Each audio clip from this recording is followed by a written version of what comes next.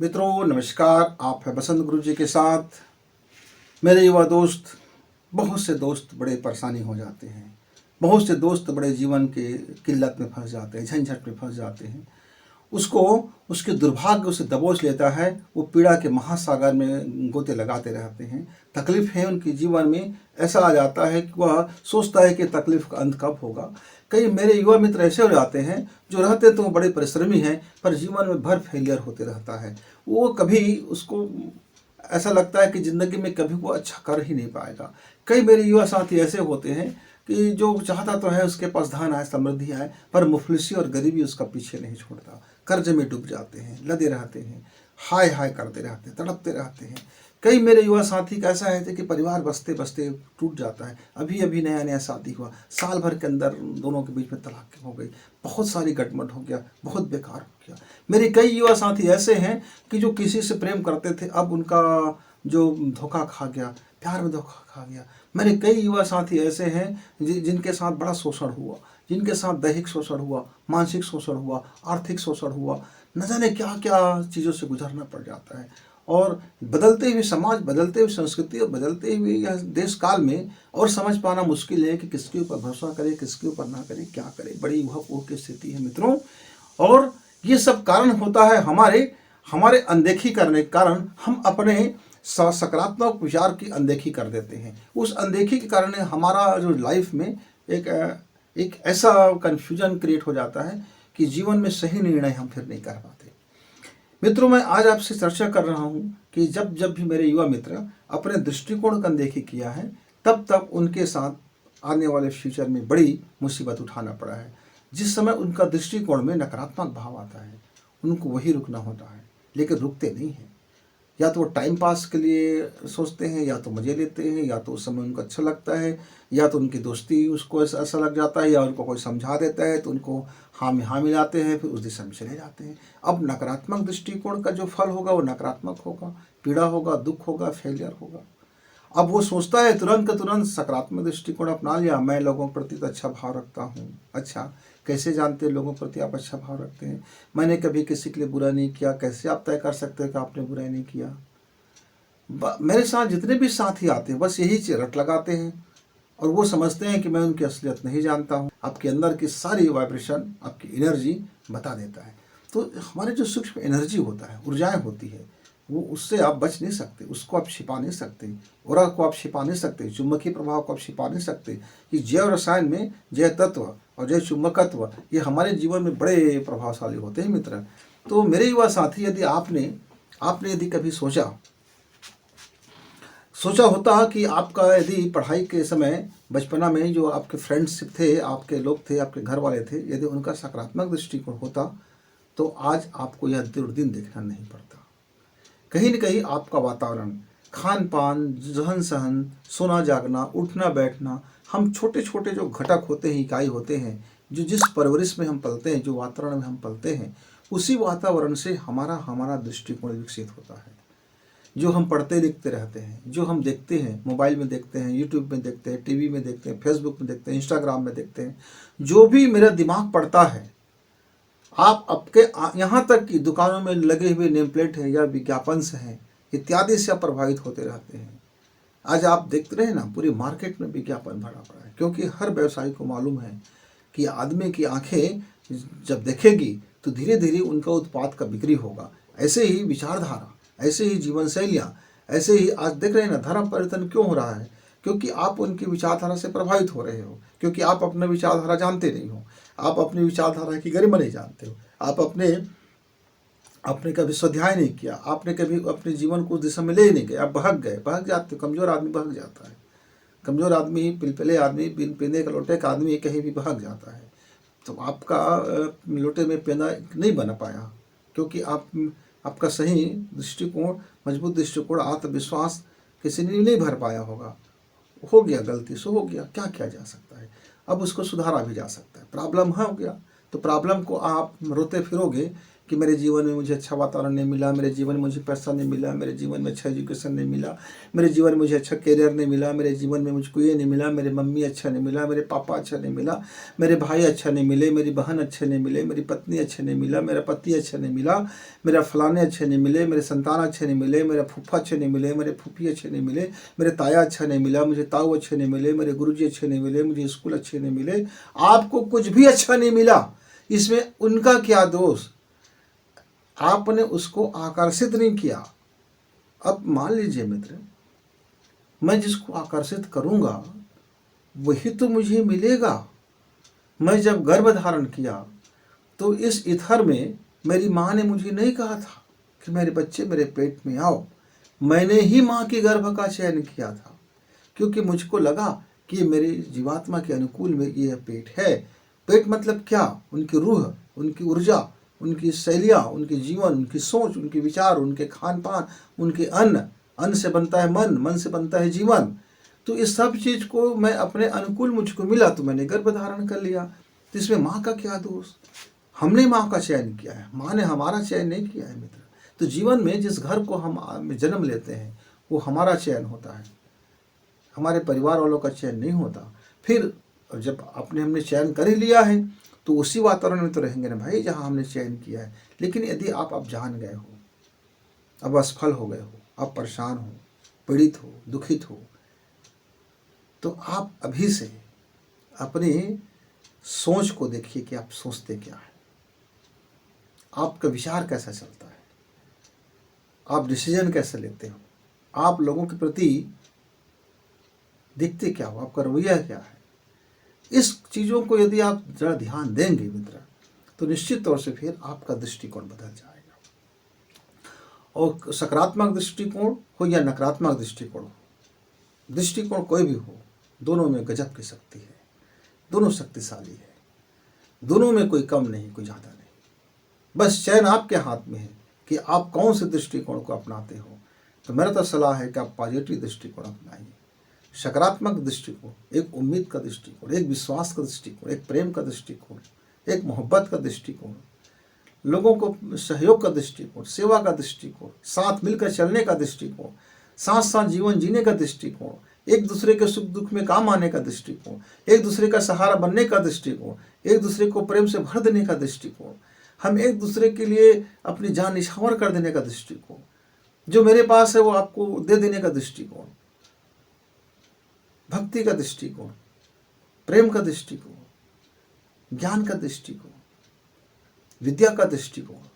मित्र मैं ये कहूँगा इस दृष्टिकोण को अपनाइए। एक दूसरा पक्ष है, ब्लैक पक्ष है, ब्लैक साइकोलॉजी है, डार्क साइकोलॉजी जिसको बोलते हैं। एक हमारा डार्क साइकोलॉजी में क्या होता है, हर चीज़ नकारात्मक होता है। हम हर चीज़ सोचते हैं कि दुनिया ने मुझको क्या दिया, दुनिया ने मुझको बेकार कर दिया, मम्मी ने क्या दिया, मम्मी ने कुछ नहीं दिया, मेरे नुकसान कर दिया। मतलब जहाँ हम थैंक यू होना चाहिए हम वहाँ गाली देते हैं। बस इतना ही समझ लो। जहाँ हमको धन्यवाद से भरना चाहिए, जहाँ हमको आभार से भरना चाहिए, हमारे मन में उसके प्रति गालियाँ आ जाती है, उनके प्रति घृणा आ जाता है, उनके प्रति द्वेष आ जाता है, उनके प्रति जलन आ जाता है, उनके प्रति डाह आ जाता है, उनके प्रति क्रोध आ जाता है। उनके साथ बैठते हैं तो हम बेचैन हो जाते हैं। तो हमारा ये नकारात्मक दृष्टिकोण है। यदि मैं आपके बगल में बैठूँ और मुझे बेचैन करने लगे तो या तो मैं नकारात्मकता से भरा हूँ या तो आप नकारात्मकता से, दोनों में से कोई एक तो है जिनके पास नकारात्मक शक्ति है। अब मित्रों, जिसके पास यदि अंधेरा बहुत ज़्यादा है और आप अंधेरे के पास जाओगे तो एक दिन एक कहानी आता है। एक दीपक था, दीपक के पास अंधेरा आया और कहने लगे आप टिम टिम करते हो, मैं तो आपको मसल के रख दूँगा, मैं आपको मसल के रख दूँगा। तो दीपक ने कहा मेरे भाई आप आओ ना, मैं आपको गला लगाता हूँ। मुझसे जो भी गला लगता है उसका अंधेरा दूर हो जाता है, वो प्रकाश से ही बदल जाता है। तो अंधेरे ने कहा अच्छा मैं देखता हूँ। और अंधेरे और दीपक के बीच में रात भर संघर्ष चलता रहा। दीपक का बाल बांका नहीं हुआ, लेकिन अंधेरे ने सोचा, अब तिकड़म लगाया। अब डार्क साइकोलॉजी है, वो छल छद्म साम दाम दंड भेद सब अपनाता है। फिर सोचा कि इस दीपक की कमजोरी क्या है। इस दीपक की कमजोरी है हवा। यदि हवा चल जाए, ऑक्सीजन इसके निकल जाए या ऑक्सीजन ज़्यादा हो जाए ये हवा चल जाए तो ये हवा की झोंका को बर्दाश्त नहीं कर पाएगा। और उसने अपने डार्क साइकोलॉजी से, अपने अचेतन मन से कहा कि मैं इनसे गला नहीं लगूंगा, ये मुझे प्रकाश में बदल देता है। आप ज़रा हवा चल जाओ। और एक तूफान आया और दीपक बुझ गया। दीपक बुझ गया, अब वहाँ अंधेरे का साम्राज्य हो गया। मित्र, हमारे जीवन में भी कुछ ऐसे ही आता है। एक घटनाएं आती हैं, उस घटना को हम समझ नहीं पाते हैं, उसके ऊपर हम सही चिंतन नहीं कर पाते हैं, हमारा दृष्टिकोण सही उसको आकलन नहीं कर पाता है, और हमारे जीवन भर का कमाया हुआ सद्गुण, हमारे अंदर का विद्या, हमारे अंदर का ज्ञान, हमारे अंदर की सारी अच्छाइयाँ, हमारे अंदर की जितने भी अच्छी वाली सोच, हमारे अंदर का सकारात्मक सोच, सब का सब ध्वस्त हो जाता है और हम उस हवा में हम बुझ जाते हैं। अब बुझा हुआ मन और बुझा हुआ तन में ज़्यादा फर्क नहीं होता। बुझा हुआ मन फिर हमारे जीवन में असफलताएं हिलाती है और फिर हम नकारात्मक जीवन जीने लगते हैं, फिर घृणा का जीवन जीते हैं, नफरत का जीवन जीते हैं, घटिया जीवन जीते हैं, क्यों हम सोचते हैं यही बलवती है, यही ताकतवर है। जब हम ईमानदारी से कमाते हैं तो दिन भर में देखते हैं कि हमने बड़ी मुश्किल से 500 रुपये का आज हम कमा पाया, और जब हम वही बेईमानी से कमा देते हैं तो हमको लगता है हमने 5000 कमा ली। हम लोगों की ईमानदारी से पैसा मांगते हैं गरीबी में, मुफलिसी में, तो हम 1 रुपये का मदद नहीं होता, लेकिन वहीं हम छल छिद्र कर लेते हैं तो लाखों रुपए उनसे हम ठग लेते हैं। तो हमको लगता है ठग लेना बड़ा आसान है, इसमें हमको धन मिल जाता है, शॉर्टकट अपना लेते हैं मित्रों, और यही फिर हमारी दृष्टिकोण में बदलाव आ जाता है और हम नकारात्मक जीवन जीते रहते हैं। और एक क्षण ऐसा आता है फिर वो नकारात्मक जीवन से हम बाहर आने के लिए मुश्किल हो जाता है। हम दलदल में फंसते चले जाते हैं, ये विचार का दलदल, ये सोच के दलदल हमें फिर उस दलदली जीवन में उतारता हुआ चला जाता है। हम थोड़े समय के लिए बहक गए थे, लेकिन अब पूरा ज़िंदगी फिसल गया और हम धड़ाम से नीचे गिर गए हैं, हम उस दलदल में फंस गए। अब करें तो करें क्या? मित्रों, यदि आपने अपने विचार के दलदल में फंस गए हो तब भी कोई बात नहीं, अब भी आपके पास एक मार्ग है। तुम अब भी अपने पैर पलट सकते हो, तुम अब भी अपनी दिशाएं बदल सकते हो। तुम जिस दिशा में चल पड़े हो अब भी तुम उल्टे को उलट दो तो सीधा हो सकते हो। इसके लिए हमारे पास सांसों का ध्यान और खाली सांसों का ध्यान, मतलब नाक का ध्यान, नाक के अग्रभाग का ध्यान करना पड़ता है। अग्रभाग में 2 तरह की ध्यान होती है, एक सांसों के आते जाते हुए ध्यान और दूसरा सांसों को रोक करके ध्यान। आप यदि ऐसा जीवन में 1 घंटा शुरू कर लेते हैं, पूरी प्रक्रिया 1 घंटे का न्यूनतम में लग जाता है, सुबह शाम यदि आप कर लेते हैं, और तो आप देखेंगे कि आपके जीवन में जो नकारात्मक दृष्टिकोण हो गया था, जो घृणा भर गए थे, जो जलन भर गए थे, जो अब डाह भर गए थे, जो नकारात्मकता चीज़ भर गए थे, आप फैल ऊपर फैल फैल फैल और फैल होते होते आपका जीवन पीड़ा से ग्रस्त हो गया था। आप देखेंगे फिर कुछ दिनों के बाद आपको कुछ आइडिया मिलेगा, आपके विचार में कुछ विचार आएंगे, कुछ अच्छे विचार आएंगे, कुछ लोग मिलेंगे, धीरे धीरे आपके कारोबार में बदलाव आएगा, आपके जीवन में बदलाव आएगा। आपको करते जाना है, आत्मविश्वास भरे रखना है, सोच को बदलना है, दृष्टिकोण को बदलना है, लोगों के प्रति देखने के नज़रिया को बदलना है। आप बदलते हुए जाएंगे और आपको अंदर से आपकी जो प्राण अग्नि है वो समर्थशाली होता हुआ जाएगा। आपका मूलाधार चक्र ऊपर की ओर उड़ता हुआ जाएगा, आपका नाभि की ऊर्जा आपको बदलता हुआ जाएगा। आपका जो थायराइड ग्रंथि है, आपका मास्टर ग्रंथि है और आपका आज्ञा चक्र है, वे आपके जीवन में बदलाव लाना शुरू करेगा। ये ऐसा बदलाव आएगा कि धीरे धीरे आप देखेंगे कुछ समय के बाद आप बहुत तरह से बदल चुके होंगे और आप सफलता से भरते हुए चले जाएंगे। आपके जीवन में समृद्धि आता हुआ जाएगा। तो आजमा के देखना मित्र, प्रैक्टिकल करके देखना। हम जो भी आपको बता रहे हैं बड़ी प्रैक्टिकली बात बता रहे हैं। तो आइए हम उस सांसों के ध्यान को कैसे करेंगे। आप ऐसा कर लीजिए, आप सो के उठे हैं, बेड छोड़ दीजिए और पानी पेशाब करके आ जाइए, दिशा मैदान से मृत हो जाइए और आप अपने आँख में पानी का छींटा डाल दीजिए, पोंछना नहीं है। ऐसा करके आप पानी का छींटा बढ़िया से डाल दीजिए और 15-20 बार आप पानी का छींटा डाल लीजिए और पानी को सूखने दीजिए। आप उसके बाद एक पालथी मार करके बैठ जाइए, सुखासन में बैठ जाइए, पद्मासन में बैठ जाइए, जो आसन आपको प्रियकर हो, जिस आसन में आपको तकलीफ न मिलता हो। सुखासन मतलब वही है। कोई व्यक्ति को वज्रासन में सुख मिलता है, किसी को सिद्धासन में सुख मिलता है, किसी को पद्मासन में सुख मिलता है, किसी को पालथी में सुख मिलता है। तो सुख आसन मतलब इस आसन का कोई एक फॉर्मेट नहीं है जो सुख दे आपको, मतलब बिना तकलीफ के आप बैठो और रीढ़ की हड्डी सीधा हो जाए, बस ये फॉर्मेट सीधा हो जाए। और तकिया पीछे लगा सकते हो यदि आपकी आदत नहीं है सीधा बैठने की, तो आप लगा लिए। अब क्या करना है आपको, 5 मिनट का पहले प्राणायाम आप बायां से शुरू करेंगे। सुबह है तो बायां से, रात्रि है तो दाहिना से। सुबह है यानी दिन का समय है, शुरुआत का समय है, तो बायां नासिका से आप करेंगे और सांस जो खींचे हैं और उसके बाद सांस को आपने बाहर निकाल दिया। आप दाहिना से सांस खींच लीजिए और बायां से निकाल दीजिए। अभी मन में कुछ नहीं करना है, कुछ करना ही नहीं है। अब ये 5 मिनट कर लीजिए या 5 बार कर लीजिए, ऐसा कुछ लमसम। अब क्या करना है, इसके बाद आप थोड़ा सा नाक को प्रेस कीजिए।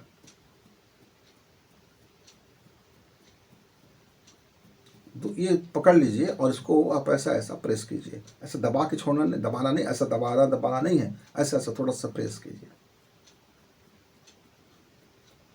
इतना प्रेस करने के बाद थोड़ी सी कान को आप मसाज कर दीजिए, पकड़िए और थोड़ा दबा दीजिए, यहाँ कान को दबा दीजिए।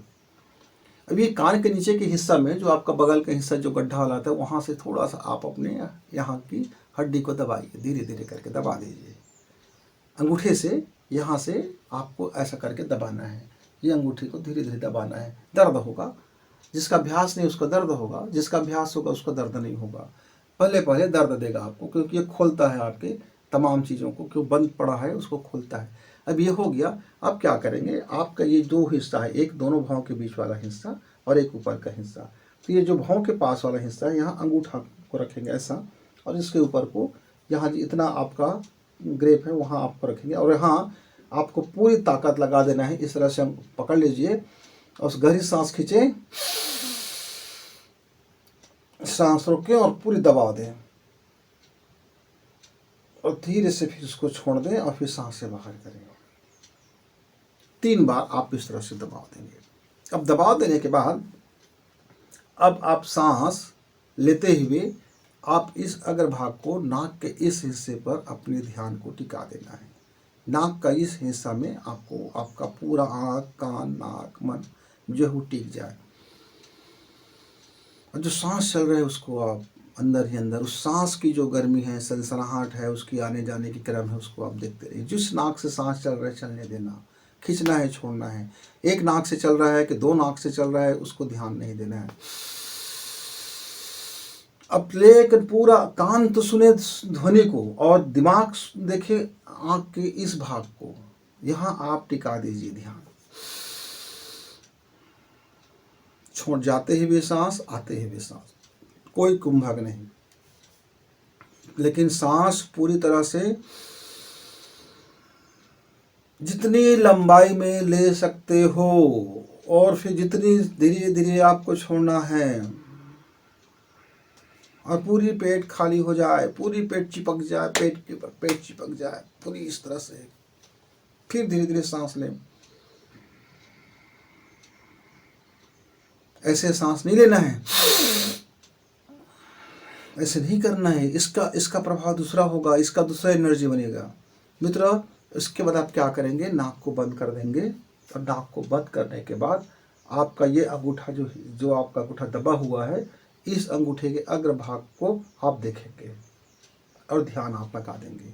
आपका यह अंगूठा वाला भाग है, आपने सांसें ली, बंद की, अब ये आँख आपने खोला और आपके इस हिस्सा को आप देख रहे हैं और बोल रहे हैं। मन से बोलेंगे, मैं उसको ऐसे खोल के बता रहा हूँ। मेरा असीमित बुद्धि जानता है कि मेरे अंदर सकारात्मक भाव है, मोहब्बत का भाव है, प्रेम का भाव है, सुंदरता का भाव है, खुशी का भाव है, हंसी का भाव है। मैं अपने भाव को मुक्त करता हूँ। बस ये मन से आपको बोलना है और ये अंगूठा को देख रहा है। मन से आप बोलते रहेंगे, महसूस करते रहेंगे। प्रेम का जैसे शब्द आए तो प्रेम का महसूस, खुशी का शब्द आए तो खुशी का महसूस। यानी जो शब्द है उसको बोलना मुँह से नहीं है, उसको अनुभव से गुजारना है, महसूस करना है।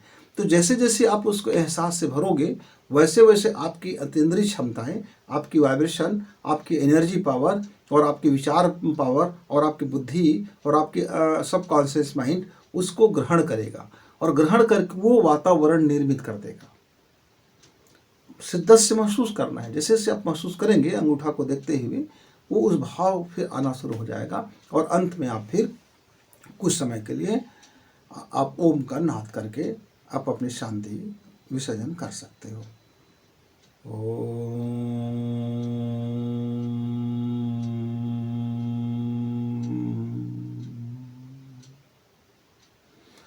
अब कई मित्र पूछते हैं कि मुझे कितना समय करना है। तो जैसे आपने सांसें ली तो आपने किया, अब सांसें छोड़ दीजिए। अब पूरी पेट खाली है, अब फिर कीजिए ध्यान। ऐसा कम से कम आपको 5 बार जरूरी है। धीरे धीरे आप समय बढ़ा लीजिए। जैसे जैसे आप बढ़ाते जाएंगे, जैसे जैसे आपका समय बढ़ेगा, वैसे वैसे आपके अंदर में प्रगति होना शुरू हो जाएगा। तो मित्रों, सुबह शाम दोनों वक्त करना जरूरी है। अब फिर करेंगे यदि आप देखेंगे 1 माह के भीतर में आपके अंदर में काफ़ी बदलाव आ चुका है। आपकी छाया अब समाप्त हो गया है। अब आपका जो दिव्यता है, जो आपकी प्रखरता है, जो आपका अद्वितीयपन है, जो आपकी गुण है, जो आपकी प्रतिभा, वो सारा अब ओपन होने लगा है और ओपन होकर के वो आपको लाभ देने लगा है। तो फिर मिलेंगे मित्र, तब तक के लिए गुरु जी को इजाज़त। नमस्कार, धन्यवाद। इस वीडियो को लाइक करें, सब्सक्राइब करें, शेयर करें और बेल की घंटी दबाएं।